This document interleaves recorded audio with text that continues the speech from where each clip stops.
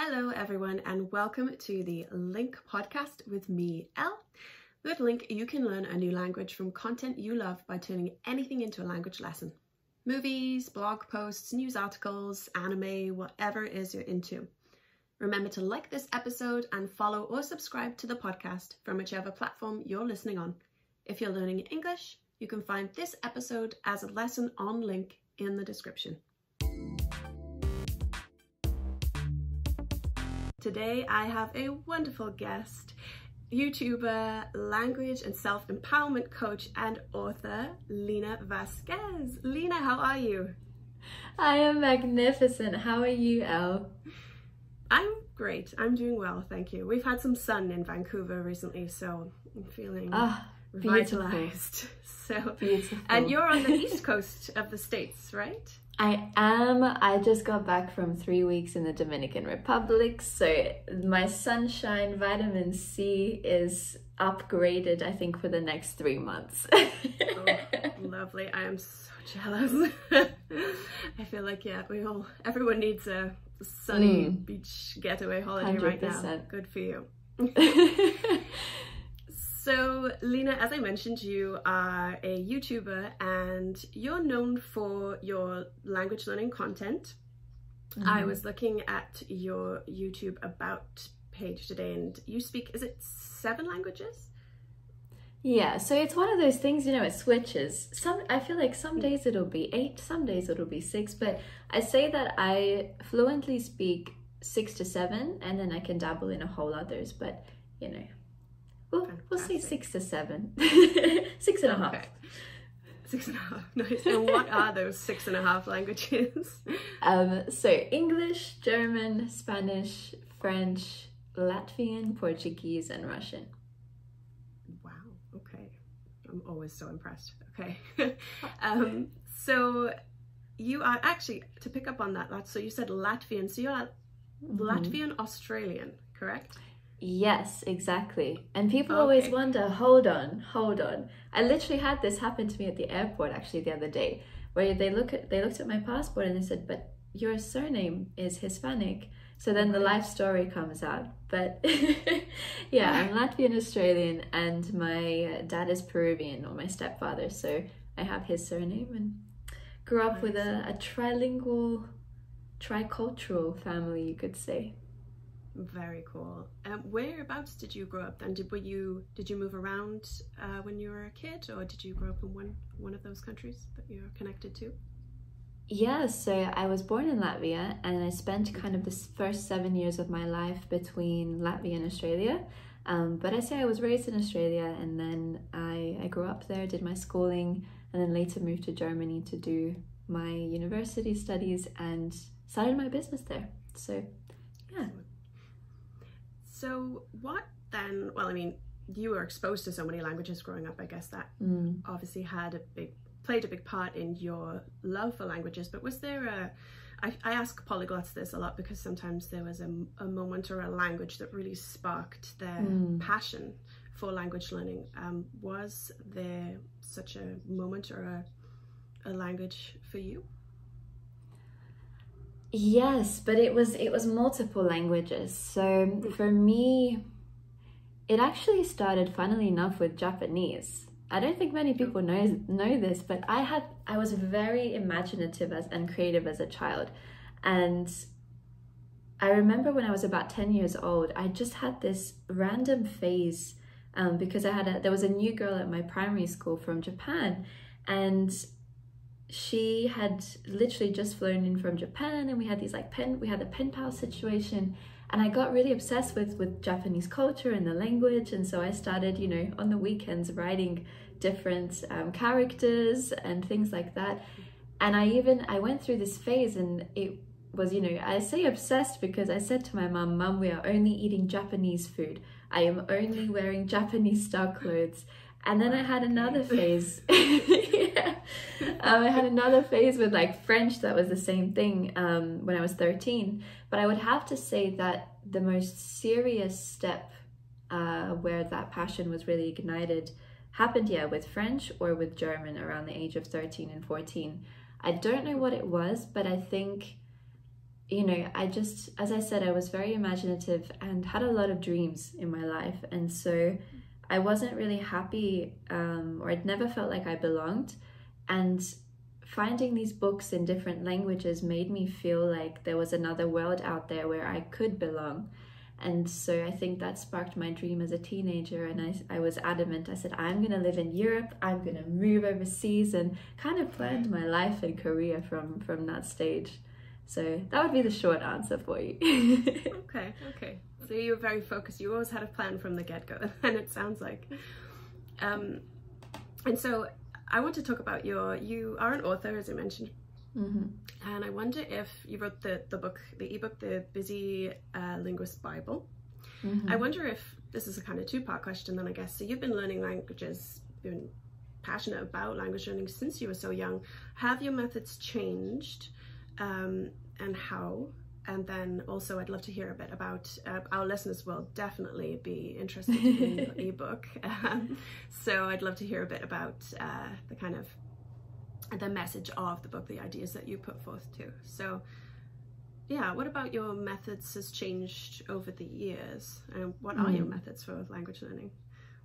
That's a great question. And I think you bring up a really important point, because when people speak of methods, I think they think it's something like a checklist, that it's, you know, you get given a piece of paper, you just do exactly these steps, and voila, you've learned a language. And I think like with anything, we as humans are transient beings, and so the methods that we use are also going to be transient depending on what, you know, the relevance is for why you're even learning a language. So, you know, when I started languages in the sense of in the educational sphere and learning them for exam purposes and for high school and stuff like that, my methods around that time were really explorative. Like, I had no idea what I was doing, but I was good at them. And I think it was because I knew how to listen, and I had the environment to just try things. So like anyone, and I think you'll find this with many polyglots, you ask them this question and you will never get a fixed answer, because it really depends on your why. So for example, learning for an exam, like when I had to pass, you know, university exams and write essays in German and French and whatnot, that's a very different learning style. I had vocabulary to learn, I had to learn phrases that were very academic, whereas now the way that I learn languages, it always comes down to the question, what is my purpose? And my purpose has always, the underlying purpose, I mean, has always been to connect to people. So even when I go into like here, for example, near Washington, and there are, you know, in the States, there's a huge Latino community, which I've now discovered. So if I go into a store and I hear somebody speaking Spanish, I want to be able to connect with them on a heart level, not just on a mind level. And so, you know, I focus on speaking, I focus on really connecting. So making mistakes, learning how to navigate everyday situations, and then when the need arises, so for example, when I create content in a new language, as I did recently with Brazilian Portuguese, then I will look into grammar more, and then I will have, you know, I will go into more of kind of a structured learning style. But I'm not a very structured person. Like, you give me structure for learning a language and I will go in the complete other direction. So I think the biggest thing with that, and I guess this is kind of advice that I can give people as well, is it's really also important to understand your personality and your cognitive preferences. And that was a huge thing for me. You know, I found it really difficult to answer this question of what methods do you use, because it was like, I know what works for me, but I also want to be able to show others what works for them. And I think it's a process of discovery. I mean, what I say now and what I'm doing now could change next week. But I would say it's just become a process of putting just less pressure on results and achievement, and actually communicating and then improving as I go along.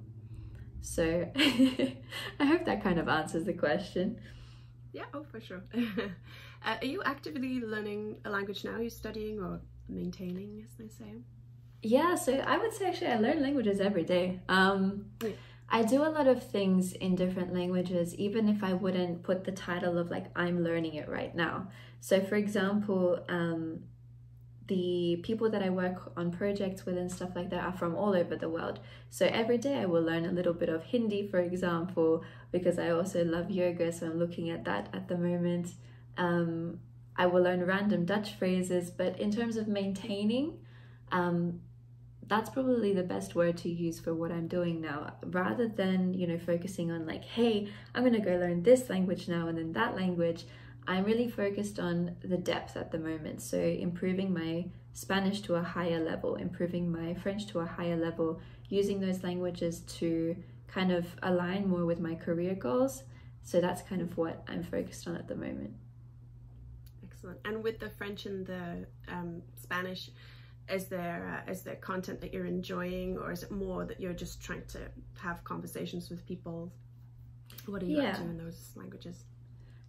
So I navigate the Clubhouse space a lot at the moment. So if you know of the app Clubhouse, so I host 2 rooms there a week, and so we get a whole mix of people. And yeah, I've primarily been conversing in Portuguese, in Spanish, in French, using German. So I kind of, I don't know, these opportunities arise, and then I adjust my, I guess, daily routine to fit those in. Or if I see, like for example, on Instagram, I'm creating a lot of multilingual content now, which allows me to quicker see, okay, where my gaps are in what I can say, how I can say it. And so I kind of actually go backwards in a way. I find the gaps and I learn from there, or I go in and seek out the information that I need, rather than picking up the information first and trying to learn everything at once, which I think is a huge error that a lot of people make. They look up a course and they go, okay, I'm going to go do this course, or I'm going to go read this book, but don't question, well, what actually matters for me right now in my life in terms of how I want to use the language. Mm-hmm. Your YouTube channel, I was perusing today, and you obviously create content around language learning, of course, but it's taken a kind of a new direction lately. Maybe like 3 or 4 months ago, you did a live kind of stream where you talked about, you know, this new, this, you know, you're obviously always going to be known for languages, and you work with languages, like you say, every day. But your new angle on your channel and with your just content in general is the whole self-empowerment, you know, stepping into your higher power, self-esteem, spirituality kind of arena. Can you tell us a bit about that, why you moved more into that kind of area, and what is in store in terms of content? Oh, what an exciting question. Well, I won't give away too much in the sense of the next steps. That'll be something for you to see, because I'm still in the process of evolving it, to be honest. But it has a lot to do with my vision for my purpose, I guess, in life, and my life's mission in serving the educational realm. And it's kind of, it comes down to the way that I also define myself. Is I've always been multi-passionate, not just multilingual, but multifaceted. And I think every human being is. And so the thing that I've always struggled with, to be honest, has been either other people or society trying to fit me into one box, or that notion of you just need to be one thing. And I never believed that. Why? I don't know. But I always believed that whatever you do, you can carve your own path in life. And we as human beings are holistic beings. And so I started to come almost into this barrier in the language space of, it was very much just about cerebral capacities. It was about strategy and semantics and language, and in the sense of just words, but that's not what language is. And so, you know, I went and I studied psychotherapy. I started looking into trauma and healing and spirituality, and really just owning those parts of myself. And I think that is a huge thing that is missing in this space is, you know, we talk about limiting beliefs, for example, and we talk about giving tips and hacks on how to learn a language better. But there are so many layers behind that I think we haven't touched on yet, which is, you know, why is it that people complain or people have these fears around learning a language that come from the way that they were taught it at school? we need to address those. And so that's why I've taken that route into looking into the deeper issues of, okay, how is identity actually expressed through language? Where are the limitations? Why do we have such a disconnection in the world, or these biases and stereotypes? And I really, see my mission through my life and through this whole purpose of, or not purpose, but exploration of just my experiences, to not only put that forward from my own experiences, but also from others. And so the shift that my channel is taking is, at the moment, I'm kind of developing 2 separate series. So moving into actually talking more about my experiences and looking at it through the lens of language, but also highlighting all of those other areas of self-expression, self-development, relationships, because language is just the vessel of that, I think. And the more we explore ourselves and simultaneously explore other languages, we give ourselves, we enable ourselves to be able to express our heart, our soul, who we are, and also understand that can change. And I think that in the language space, there can be this tendency to view it as a stagnant thing. Okay, I've learned this language, cool, we're done, which isn't the case. So yeah, I just kind of wanna help people be the best versions of themselves by giving them as many tools as possible, and not just limiting myself and through that others into thinking that they just need to do one thing or be one thing, and to understand that language is just one part of it, but looking at it deeper, looking at, okay, how can language be used to express my fullest self, my truest self? How can I understand my own heritage languages or the culture I live in to understand my place in the world? So I could talk about this all day, as you can tell, but you're very passionate. It's great. Yeah. Well, it's really exciting. I feel like this is such a perfect time to be creating that kind of content and empowering people in that way, because of course you spoke of trauma. We're still in this global trauma with this pandemic, and I'm really looking forward to seeing what you create, and I love the videos that you already have on the channel around that topic too. So yes, and well, I guess maybe the rest of 21 is very much focused on this new kind of direction that your channel is taking. You have now a new base.